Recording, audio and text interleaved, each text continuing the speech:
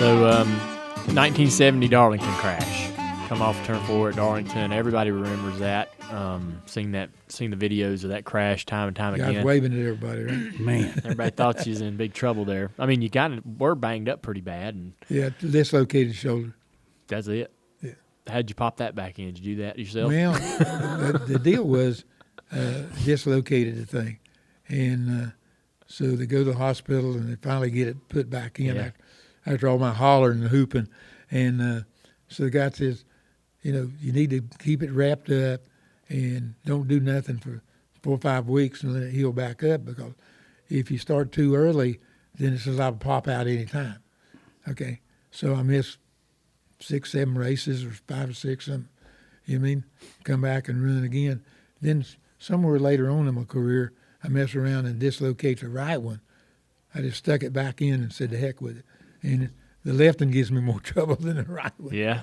So, it's one of them deals where you drove hurt where you wanted to or not. Yeah, you raced with a broken neck. Kyle tells this story. He's told it a couple times to me. I don't know where you were, where you had your neck injury, but you went to Talladega. Yeah, we was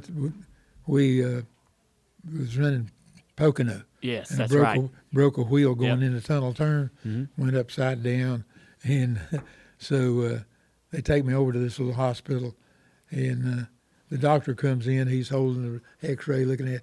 He said, "When did you break your neck before?"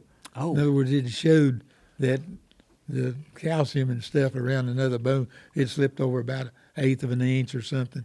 So I broke my neck some other time, but I probably broke some ribs and stuff, and was hurting so bad I didn't even feel the neck. Right. So was lucky on that part. Yeah. But So then we went to Talladega the week after that, and I started the race. I had a big brace, and so happened they started the race under caution. Yeah. Okay, so I was able to come in and get out of the car, and we put Joe Milliken in the car, and I think he run for a while, blowed the engine anyway. But anyhow, and by the next week I was Good to back go. in the race car going again. Yeah. It's amazing. I saw there was a video on social media this past week of a wreck in Charlotte. Right front tire blew out. Was it Charlotte? It was. Yeah, God almighty, man. Yeah, that I- hit. that was me and Freddie Lorenzen racing for the right. lead there. That looked nasty. It was nasty. Okay. Golly. It was because they didn't even have a cement wall. It had guardrail. It's a Right. guardrail. And Yeah. that guardrail, you went into the guardrail, and it would give, and then when it caught, it'd throw you back out. Mankind. Like a spring. And when I got home that night, at that time our seat belts and stuff, but they were narrow.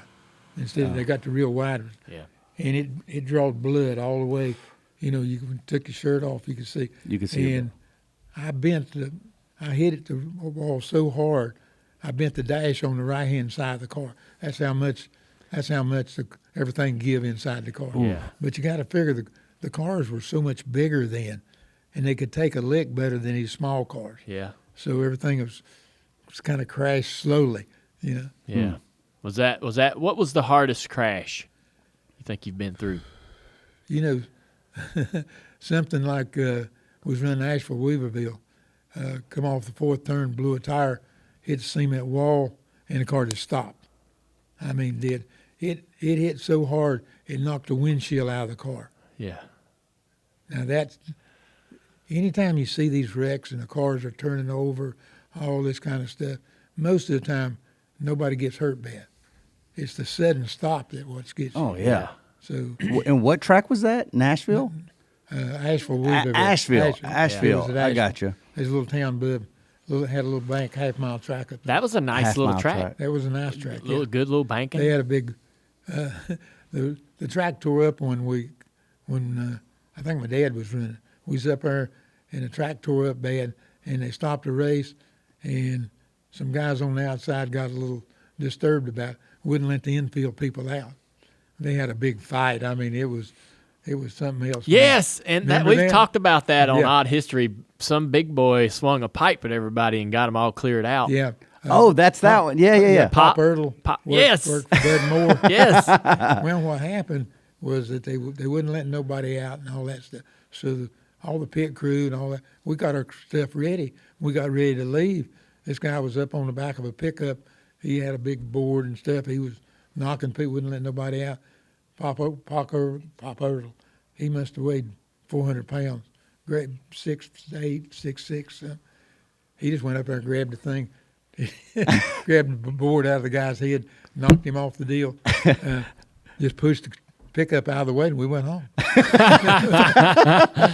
That's right. Good old we- days we've when told- everything was easy. We've heard that story. You know, we've done enough odd histories, by the way, that we ought to just run them all by the king Yeah, here, we just should, because he probably knows about all of them. There's so Well, many crazy, wacky stories. You got to figure I've been here for 70 years. Yeah, Been yeah. going Yeah. to races 70 years. That's amazing.